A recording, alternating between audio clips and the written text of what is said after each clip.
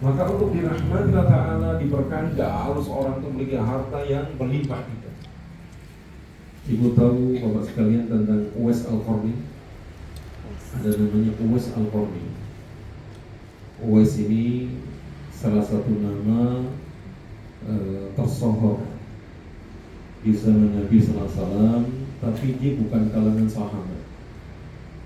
Dia beriman di zaman Nabi, namun tidak sempat melihat Nabi, maka tidak disebut sahabat. Dia beriman karena ada utusan dari Rasulullah SAW mengangkat, mendakwahkan Islam, lalu beriman. Ketika dia mau bertolak ke Madinah, bertemu Nabi SAW, dia harus meninggalkan ibunya seorang diri. Akhirnya Uwais yang masih kecil itu, dia enggan meninggalkan ibunya. Tapi Nabi SAW mengatakan, nanti kalau kalian ketemu dengan rombongan haji dari negeri Yaman, cari yang namanya Uwais dari suku Qarni. Dia punya ibu dia hidupnya sebatang kara dengan ibunya, anak yatim. Minta doa kepadanya supaya Allah berikan ampun kepada. Doanya mustajab. Uwais apa? Sanjung oleh Nabi SAW. Nabi berwasiat kepada para sahabatnya, kalau ketemu rombongan haji dari negeri Yaman, cari namanya Uwais. Doanya mustajab, tembus ke langit. Dia berdoa mengangkat tangan, tangannya belum letakkan sudah dikabulkan. Sampai Umar bin Khattab itu diperintahkan untuk minta istighfar kepada Uwais. Ya. Tapi apa siapa sosok Uwais ini? Di negeri Yaman, di suku Qarni, Uwais ini dikenal sebagai orang yang miskin, tak berharta. Orang mencibir, menghina, meremehkan Uwais. Dia punya baju itu cuma satu pasang. Kalau dia punya memakai baju yang lain selain dari baju yang bisa dipakai, orang-orang curiga, kamu mencuri dari mana? Ya. Padahal sosok Uwais ini sangat dimuliakan, dikenal oleh Ta'ala. Doanya sangat mustajab. Tapi orang-orang merendahkannya, menghinanya, mencelanya, selalu berburuk sangka kepadanya, menutup pintu-pintu rumahnya kalau dia datang. Artinya nggak dihormati, nggak dikenal. Tapi di sisi Allah Ta'ala orang ini sangat mulia. Bahkan Nabi sampai berwasiat,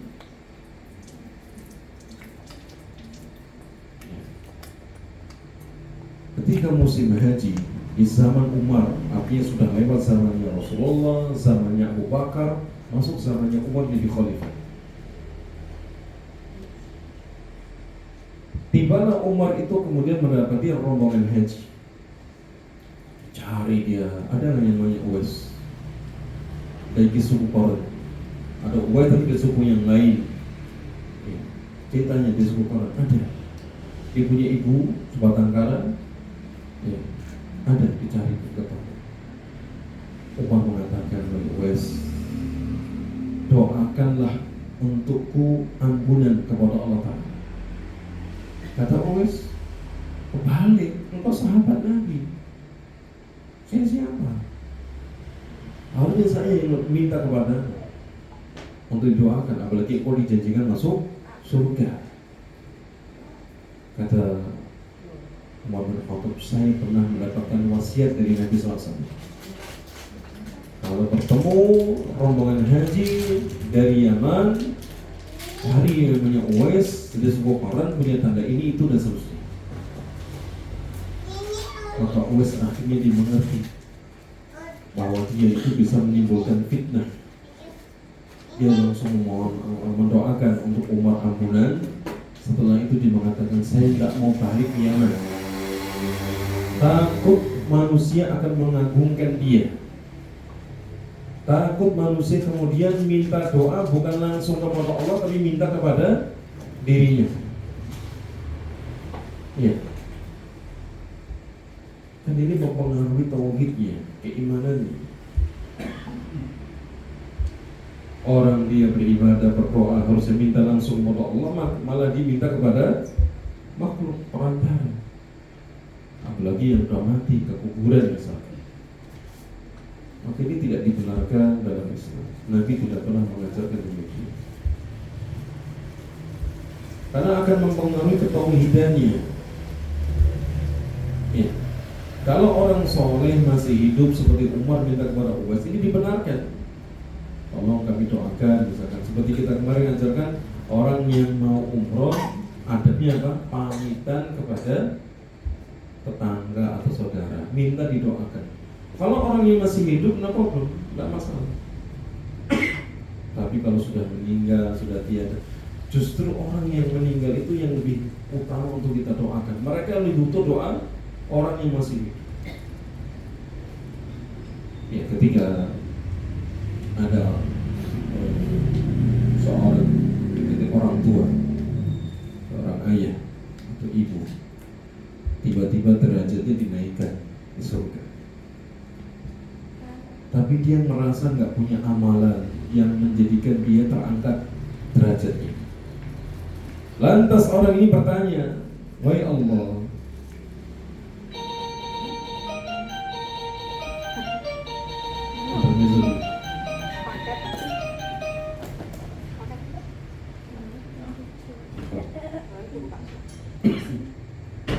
ya Allah, apa ini? Kenapa tiba-tiba derajatku itu dinaikkan? Apa penyebabnya? Sementara saya tidak memiliki amalan yang menjadikan aku terangkat derajatnya. Maka Allah Ta'ala mengatakan, waladuka istaghfar laka, putramu itulah yang memohonkan ampunan untukmu. Jadi penyebab orang tua derajatnya dinaikkan di surga adalah karena istighfarnya anak untuk orang tuanya. Dia mengatakan, Rabbi firli wa liwalidayya warhamhuma kama rabbayani shaghira. Ya Allah, ampunilah aku dan ampuni kedua orang tuaku, rahmati keduanya, sayangi keduanya sebagaimana keduanya telah menyayangiku, mengasihiku di waktu aku kecil. Ya. Jadi doa istighfar anak kepada orang tua yang telah tiada itu bermanfaat sekali. Makanya kata para ulama, kalau ada anak yang dia itu pelit mendoakan orang tuanya yang sudah tiada, ini bukan anak yang berbakti. Dan bakti anak kepada orang tua itu masih berlanjut meskipun orang tua sudah tiada. Dengan cara apa? Satu, mendoakan orang tua itu yang sudah tiada, menyambung hubungan dengan teman-temannya orang tua atau anak-anaknya temannya orang tua, berbuat baik kepada mereka, menjadi anak yang saleh, menjadi anak yang taat dalam ibadah. Itu otomatis orang tua akan mendapatkan pahala jariahnya. Ini yang sering kadang kita lupa. Kalau orang tua sudah meninggal berarti sudah selesai. Tidak. Kita bisa berbuat baik, bisa mendatangkan kebaktian pada orang, termasuk beramal ibadah, mengatasnamakan orang tua, seperti sedekah, ya, haji, umrah, berkorban dan yang lainnya. Ya, itu bisa sampai kepada kita. Maka ini yang kita berupaya menjadi anak yang saleh. Kalau kita saleh, insya Allah keturunan kita juga saleh. Ya, kita ingin mendapatkan kebaikan dari anak kita, ya kita berbuat bakti kepada orang tua kita. Seperti Uwais Al-Qarni ini, Allah Ta'ala menjadikan dia sosok yang doanya mustajab, tapi atau disebabkan karena bakti dia kepada ibunya. Dan Uwais tidak pernah menjadikan kesempatan doa mustajabnya untuk kepentingan dunia. Dia gak peduli dengan pakaian yang cuma satu pasang, hidupnya miskin, selalu dihina orang. Kalau dia datang itu tertutup semuanya. Tapi di sisi Allah Ta'ala dia mengatakan, ya Rabb, Allahumma, langsung Allah akan mengabulkannya. Kita kalau punya kesempatan doa yang mustajab, kira-kira mintanya apa? Kira-kira apa yang diminta? Akhirat atau dunia? Dunia, akhirat. Ya. Ini Masya Allah. Baik. Yang ketiga, perkara yang menjadikan kita itu dirahmati, diberkahi dalam hidup kita. Yang pertama tadi apa ya Bu? Oh ya, masih kan? Berarti hidup yang ingin dirahmati, diberkahi, rajin di. Yang kedua, melakukan ketaatan ibadah. Ya, maka kewajiban perintah Allah Ta'ala kita kerjakan, larangan kita tinggalkan, itu ketaatan. Yang ketiga, orang yang ingin dirahmati hidupnya, diberkahi. Yang ketiga, dia selalu berusaha untuk belajar, mendalami ilmu agama, ngaji, duduk dalam majelis ilmu, mendengarkan tausiah, pemaparan dari sebuah ayat atau hadis. Itu adalah sesuatu yang mendatangkan berkah. Atau dia mengajar kalau dia punya ilmu. Ya, antara alim wa muta'allim. Kalau orang hidupnya di dunia ini sehariannya dia berrajin zikir, melakukan ketaatan, dia belajar atau mengajar, hidupnya ini akan diberkahi. Ya. Itu konsep yang hendaknya kita upayakan untuk menjadi manusia yang dirahmati, diberkahi, dijauhkan dari laknatnya dunia. Saya ulang lagi, yang pertama tadi apa? Rajin berzikir. Yang kedua, melakukan ketaatan. Yang ketiga, belajar mendalami ilmu agama atau mengajar. Ya. Maka kita harus selalu mengupayakan 3 hal ini ada dalam keseharian kita supaya diberkahi, dirahmati. Masa 24 jam kita tidak bisa menyediakan waktu. Ya. Kan sekarang belajar itu tidak harus makin banyak lah, tidak harus mondok, tidak banyak kalau di YouTube juga banyak. Kita yang penting sumbernya jelas, membawa kepada kita kepada ajaran Rasulullah SAW. Ya. Maka hindari menjadi sumber-sumber yang menyimpang. Kalau kita sudah mengerti tentang arti keberkahan, rahmat dalam hidup seseorang, bahwa ketika ia rajin berzikir, rajin melakukan ketaatan, dia juga belajar atau mengajar, itu dirahmati, ya, maka orang itu akan bahagia. Apapun kondisinya, dia akan bahagia. Karena apa? Dia selalu dekat dengan Allah Subhanahu wa Ta'ala. Dia akan selalu mendapatkan dorongan motivasi dari Quran, dari hadis, dari Allah yang menciptakan, yang menjamin kehidupan kita. Ya, yang selalu menyatakan kepada kita ya untuk kembali kepadanya. Ya, Allah menginginkan kita kemudahan, Allah menginginkan kita ya untuk mendapatkan ridha dan cintanya. Allah menghendaki kita itu darussalam, itu ke negeri surga, ya bukan dunia. Maka Allah Subhanahu wa Ta'ala sering mengatakan walal akhiratu khairul laka minal ula. Akhirat itu lebih baik bagimu dibandingkan dunia. Kenapa? Orang yang dia memiliki dunia sebesar apapun itu akan ditinggal. Akan ditinggal, hartanya akan ditinggal, yang ia cintai akan ditinggal, tidak akan pernah dibawa. Yang dibawa hanya sekedar apa? Kain kafan saja. Ya, maka hendaklah kita mengukur bahwa dunia itu akan kita tinggalkan, segala sesuatunya akan kita tinggalkan, sementara yang lebih baik itu adalah akhirat. Baik. Kita di awal sudah mengetahui bahwa manusia diciptakan oleh Ta'ala itu untuk beribadah.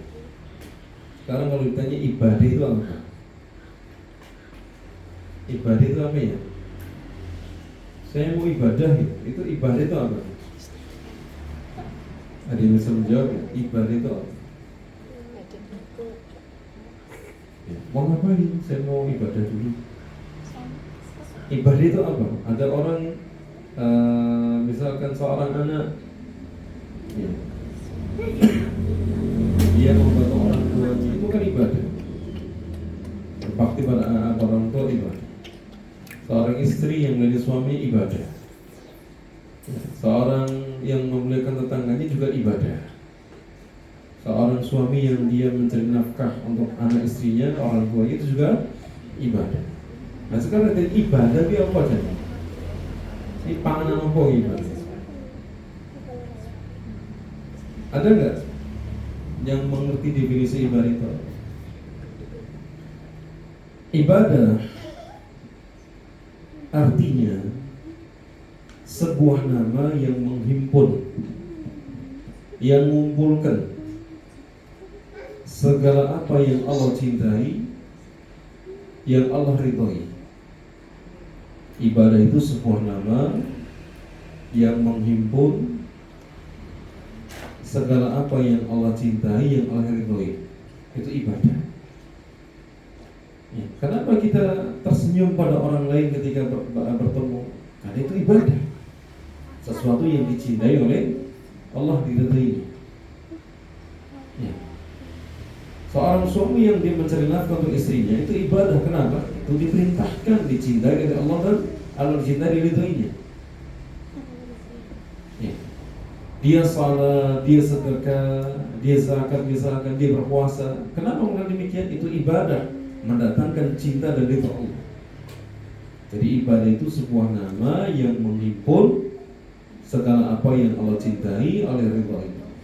Bisa berupa perkataan, bisa berupa perbuatan yang nampak maupun yang tersembunyi. Itu ibadah. Nah, itulah yang menjadi tanggung jawab kita dalam hidup di dunia ini. Kita beribadah kepada Allah Subhanahu wa taala, berusaha untuk mendapatkan ridho dan cintanya. Dengan cara bagaimana? Melakukan apa yang Allah perintahkan, menjauhi yang Allah larang. Bisa perkataan, bisa perbuatan. Orang yang dia menjauhi dusta. Kenapa dia menjadi dusta? Karena dusta itu dibenci oleh Allah Ta'ala. Kita diperintahkan untuk jujur. Maka orang yang meninggalkan dusta, dia dicintai Allah Ta'ala. Orang yang jujur, dia dicintai Allah Ta'ala. Ya, itu disebut dengan ibadah. Dan Allah Subhanahu wa taala ya, sangat mencintai hambanya yang dia melakukan ibadah kepadanya dari perkara yang diwajibkan ataupun yang dilarang. Kita tawaf atau misalkan umrah, dari berihram, tawaf, sa'i sampai ta'awuf, itu semua adalah hal-hal yang Allah cintai, yang Allah syariatkan. Ya, maka disebut dengan ibadah. Ya. Dan banyak ibadah itu tidak harus yang terkait dengan sesuatu yang dikaitkan dengan Allah, tidak. Karena lingkupnya luas. Kita menyingkirkan gangguan dari jalan itu juga ibadah. Ya, menyingkirkan gangguan dari jalan. Kita tersenyum pada saudara kita berkata yang baik, melakukan amal ma'ruf nahi munkar, itu ibadah. Karena mendatangkan ridho dan cinta Allah Subhanahu wa ta'ala. Ya. Dalam kita beribadah kepada Allah, maka ibadah itu harus sesuai dengan apa yang diperintahkan oleh Allah dan Rasulnya. Kalau kita sudah tahu tujuan kita diciptakan untuk beribadah, dan ibadah itu ada sesuatu yang mendatangkan ridho dan cinta Allah Ta'ala, maka kita kalau beribadah tidak boleh dengan semaunya sendiri. Ya, orang misalkan dia mau sholat, tapi sholatnya semuanya sendiri, apakah sholatnya akan diterima? Tidak. Dia sholat asar dikerjakannya nanti. Misalkan waktunya belum masuk, dia kerjakan atau keluar waktunya. Yang di depan 4 rakaat dikerjakan cuma 2 rakaat. subuh yang 2 rakaat malah pengennya dari 8 rakaat. Ya, maghrib yang 3 rakaat pengennya 1 rakaat. Mau nggak apa ibadah tersebut diterima? Tentu tidak. Tidak boleh seorang beribadah dengan semaunya sendiri. Berpuasa misalkan puasa Ramadan sebulan dibelinya sepekan. Ya, atau misalkan luhur buka lanjut lagi. Puasa apa namanya? Puasa beduk. Iya. Bagaimana cara melatih anak puasa? Melatih anak puasa. Melatih anak puasa itu jangan disamakan dengan yang kayak kita biasa puasa beduk itu jangan. Anak itu dibuat mereka untuk menahan lapar, menahan dahaga. Kalau mereka lapar langsung ya minum, makan nggak apa. Habis itu suruh latih lagi menahan lapar. Itu cara melatihnya. Ya, cara melatihnya. Kalau puasa beduk itu bukan puasa, bukan ibadah. Ya. Dulu kan kita kalau SD itu puasa beduk dulu gitu ya. Ya, nanti kalau sudah adzan zuhur makan, habis itu puasa lagi. Ya. Jadi latihlah anak itu menahan lapar, menahan dahaga. Kalau dia sudah nggak kuat, baru silakan, ayo makan, nggak apa. Nanti dia makan, bilang itu laparnya, hausnya, puasa lagi. Itu cara melatihnya, hingga akhirnya dia bisa membawa dirinya. Ya, sehingga apa? Orang puasa dia akan tetap beraktivitas, tidak mengganggu aktivitas dunianya. Tapi kalau kita jamin nanti ya duhur baru makan, akhirnya anak itu ada lemas, tiduran, akhirnya puasanya hanya sekedar menunggu berbuka. Itu yang terjadi sekarang, orang-orang yang terpaksa berpuasa, puasanya hanya sekedar menunggu buka. Habis subuh tidur sampai duhur, duhur sholat tidur lagi sampai asar, asar tidur lagi sampai berbuka baru ngabuburit katanya. Ya, habis itu dia langsung alhamdulillah sudah puasa seharian. Padahal ini cuma jadi apa? Orang yang berbaring seperti orang opnam gitu. Ya, maka latih, merubah cara demikian. Dan anak kecil yang di usia katakanlah 5 tahun 6 tahun jangan diajari puasa dulu jangan. Itu masa kanak-kanak mereka, biarkan mereka menikmati. Kalau sudah umur tamyiz, usia tamyiz itu 7 tahun ke atas itu baru dilatih. Karena ibadah yang dilakukan anak tamyiz itu sah. Kalau dia sholat dengan sempurna, sah, berpahala untuk bapak ibunya, kakek neneknya. Jadi orang tua itu dari umur 7 tahun, anak umur 7 tahun sampai 15 tahun, semua amalan ibadah anaknya diberikan kepada bapak ibunya, kepada kakek neneknya, secara cuma-cuma. Anak belum dituliskan pahalanya, demikian pula perbuatan dosanya. Nah, maka dari umur 7 tahun kita pembiasaan demikian. Ya. Nah, ibadah ini kalau kita ingin diterima, maka dalam Quran, dalam hadis, dalam pandangan para ulama itu telah dibuatkan rambu-rambunya. Satu, orang yang ingin ibadahnya diterima itu harus ikhlas. Apa itu ikhlas? Memurnikan ibadah itu hanya untuk Allah. Dia berpuasa, dia sholat, dia haji, dia umrah, dia kurban. Untuk siapa? Untuk Allah.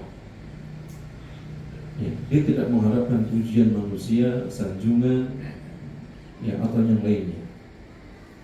Ya, misalkan orang dia puasa sunnah, ya puasa wajib kan nggak biasa gitu. Ini puasa sunnah, ambil puasa tahun bertahun-tahun, tapi pengennya dipuji. Misalkan, ayo kita makan di rumah. Aduh, saya lagi puasa. Oh, puasa apa?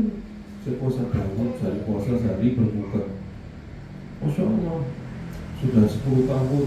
Nah, Masya Allah, kan ini dipuji nih, disanjung. Itu hari ini, pekan berikutnya nggak dijak ngomong, nggak ditawari. sendiri, kok nggak ada yang nanya saya puasa ya? Nah, ini berarti dia puasanya karena ingin mengharapkan puji, ya, bukan karena sholat. Kita bisa sholat tahajud yang mulai, sudah itu rahasia kita dengan Allah. Ada seorang suami 20 tahun sama istrinya menikah, itu istrinya tidak pernah tahu kalau suaminya itu sholat malam. Gimana? Taunya istrinya, suaminya kalau bangun itu dibangunin pas adzan subuh. Mas, ayo subuhan, ada turun. Padahal itu suaminya pura-pura tidur. Dia akan bangun ketika istrinya sudah telat. Jadi akan bangun sholat malam. Ketika sudah menjelang subuh, dia pura-pura tidur. Nanti istri bangun. 20 tahun berarti tidak pernah lihat suaminya sholat malam. Kalau ditanya suami sholat malam, tidak pernah. Ada seorang suami yang dia 20 tahun puasa sunnah, istrinya tidak pernah tahu kalau suaminya puasa sunnah. Kalau dikasih bekal, diterima, makasih deh.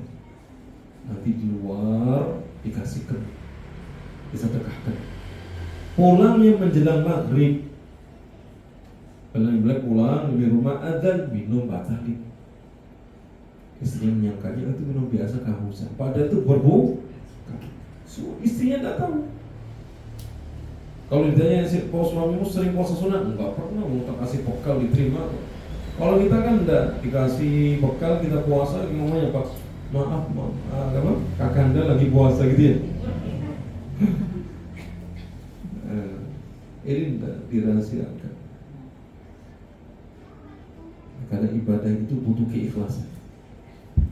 Ibadah itu butuh keikhlasan. Orang yang ibadahnya tidak ikhlas tidak diterima.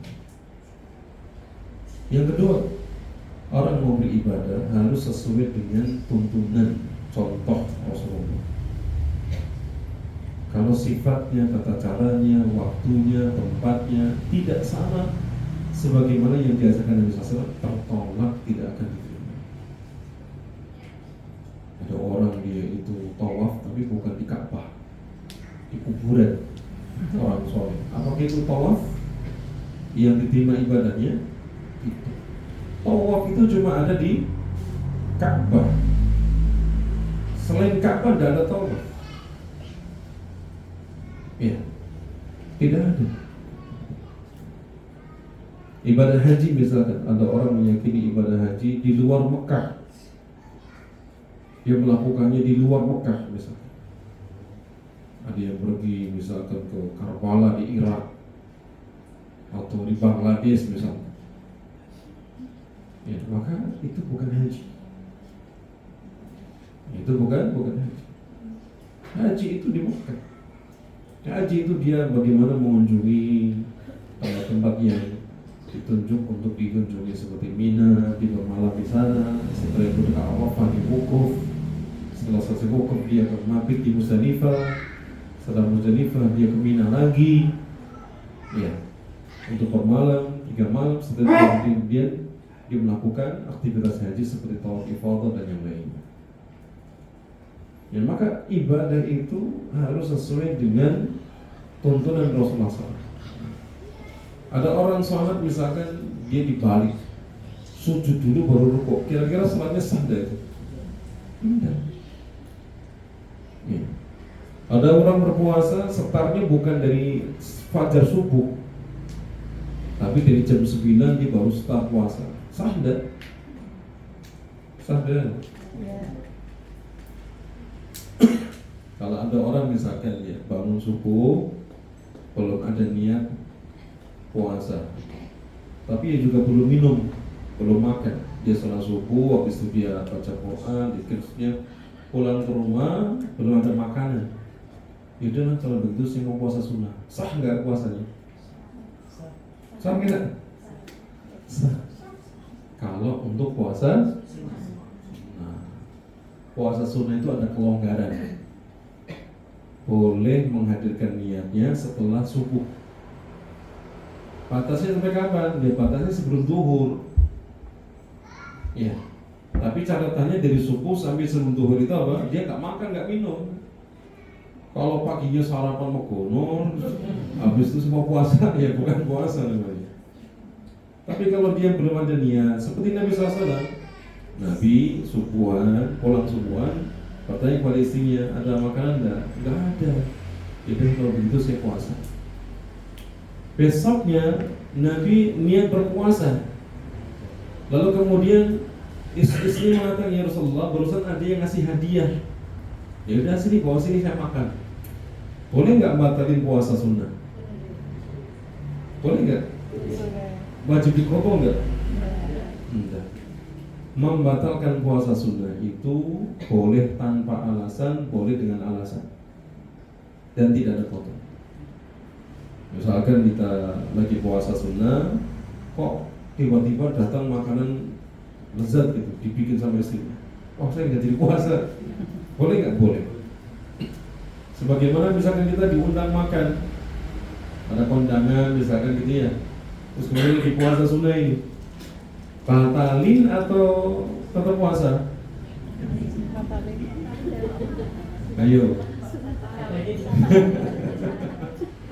Dibatalin atau tetap puasa? Menunya jengkol guys. Menunya jengkol batalin gitu. Ya. Kalau ada orang diundang makan lagi puasa sunnah, undangan itu selain undangan nikah itu nggak wajib. Tapi kalau undangan walimah nikah itu wajib dihadiri. Kecuali kalau di sana ada hal-hal yang menjadikan dia boleh untuk meninggalkannya. Selain undangan itu nggak wajib. Tapi bukan berarti ditinggalkan, bukan. Dia meninggalkannya mungkin karena udur, sakit atau kelopotan dan seterusnya gitu. Saat ini dia berundangan makan gitu, diundang makan, ya. Terus gimana di puasa? Orang yang seperti ini dia minta keridhaan dari yang mengundang, terutama yang walimah nikah. Ya, walimah nikah. Dia mengatakan, maaf saya lagi puasa sunnah. Diizinkan nggak kalau saya teruskan? Kalau nggak diizinkan saya batalin. Gitu. Kalau diizinkan sama yang mengundang saibul baitnya, yaudah puasa diteruskan aja, nanti gampang dibungkus. Mau nggak? Yaudah, teruskan aja puasanya, mau dibungkus nggak? Tapi kalau yang punya rumah yang ngundang itu, enggak, saya nggak ridho kalau kau puasa nggak mencicipi makanan saya, wajib untuk dibatalkan dan tidak ada kotor. Karena untuk menjaga perasaannya, ya, kita datang dari jauh, dia sudah menyiapkan, kok mungkin kita nggak makan, kan mereka bisa tersakiti. Intinya, salat puasa sunnah itu fleksibel, bisa diteruskan, bisa dibatalin. Ini kemurahan dari syariat Islam. Termasuk niatnya, boleh selepas fajar. Tapi kalau puasa wajib, contoh puasa wajib apa saja? Puasa Ramadan, tak ada yang lain. Yang kedua, puasa qadha, yang utang gitu, bayar yang tadi sempat ditinggal. Yang ketiga, puasa nazar. Kan ada orang puasa, misalkan saya kalau tahun ini umroh saya mau puasa 3 hari misalnya. Nah itu nazar wajib. Yang ketiga, yang keempat, puasa apa lagi yang wajib? Kafarah, itu membayar karena suatu pelanggaran. Orang yang bersumpah nggak bisa menjalankan sumpahnya, maka wajib untuk membayar kafarah dengan sumpah, dengan puasa. Ya, ada orang yang dia puasa wajib, maka wajib menghadirkan niatnya itu sebelum fajar, sebelum subuh.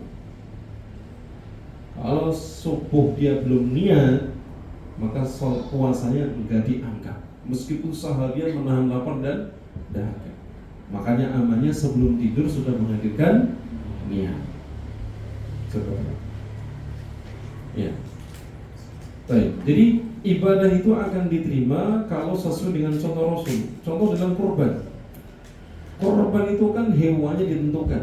Hewan apa saja kalau berkorban? Yang paling utama apa? Unta. Habis itu sapi.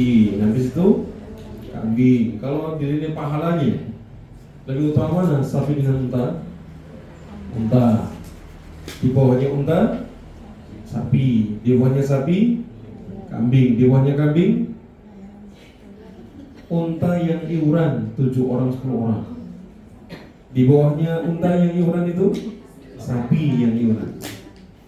Berarti lebih utama mana? Satu kambing dengan 7 orang patungan sapi, satu kambing dengan satu kambing dengan satu sapi patungan 7 orang. Lebih utama mana? Satu kambing. Ya, satu kan?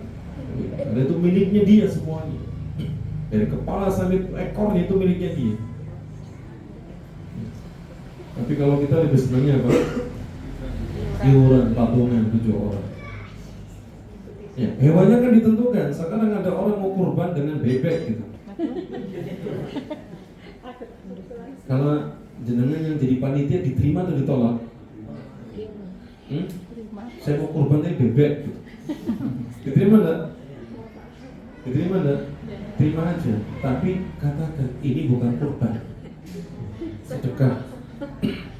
Ya. Jadi tidak disebut kurban.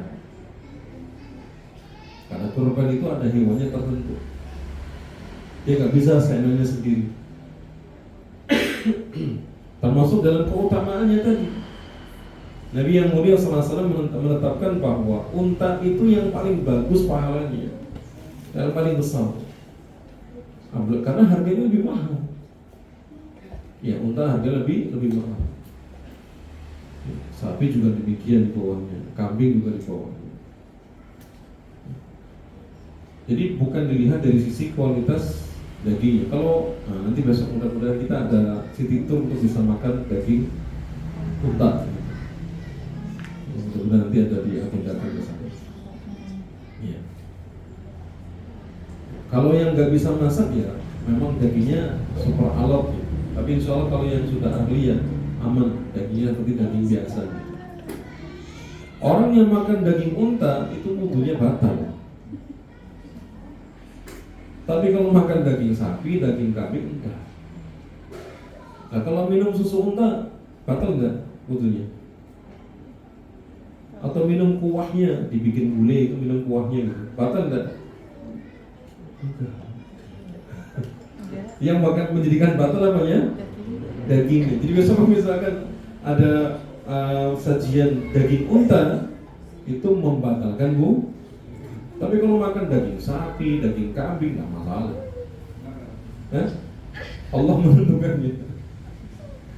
Kita nggak tahu hikmah di balik itu apa. Padahal unta itu atau hewan-hewan yang dagingnya halal dimakan itu kotorannya suci. Makanya di sana kadang tuh kencing unta jadi obat. Mau nggak? Mau sama kencing unta itu? Ya. Di UDBY itu nanti ada peternakan unta